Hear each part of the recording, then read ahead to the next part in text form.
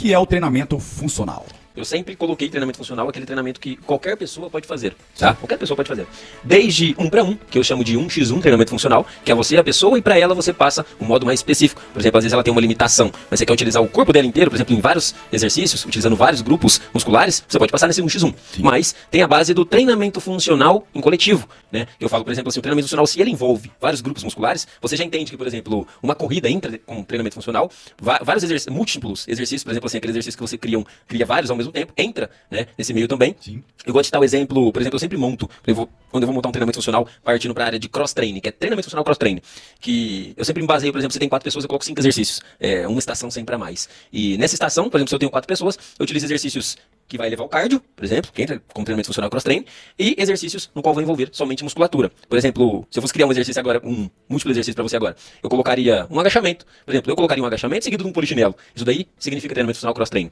Mas se eu for falar treinamento funcional individual, eu posso passar isso para uma pessoa apenas. Por exemplo, eu pego uma pessoa, coloco na minha frente, vamos trabalhar com ela, treinamento funcional com ela. Por exemplo, vamos pegar um senhor de idade hoje que quer trabalhar com treinamento funcional. Eu vou pegar, por exemplo, ele não consegue agachar, mas ele consegue sentar na cadeira. Então a gente vai fazer um treinamento funcional para ele sem ter levantar a cadeira.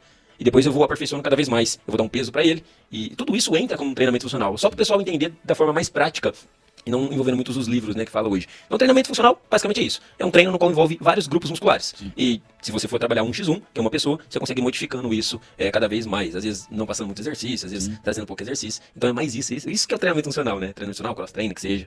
Rapaz, nunca tinha ouvido falar, tipo, pode-se dizer que são aeróbicos junto com musculação também, pode diversificar dependendo do objetivo da pessoa. Isso, a musculação ela deveria entrar como treinamento funcional. Por quê? Porque a maioria dos alunos hoje, né, a maior parte entre aspas, né, alguns alunos hoje, que chega dentro da academia, por exemplo, eles não têm muito tempo. Não tem muito tempo. O problema das pessoas hoje é o tempo. Isso é verdade. E o que acontece? Eu encontrei muitos professores, inclusive eu já fiz isso, que faz isso. Por exemplo assim, vou passar um peito, bíceps, tríceps rápido, você vai fazer de sequência.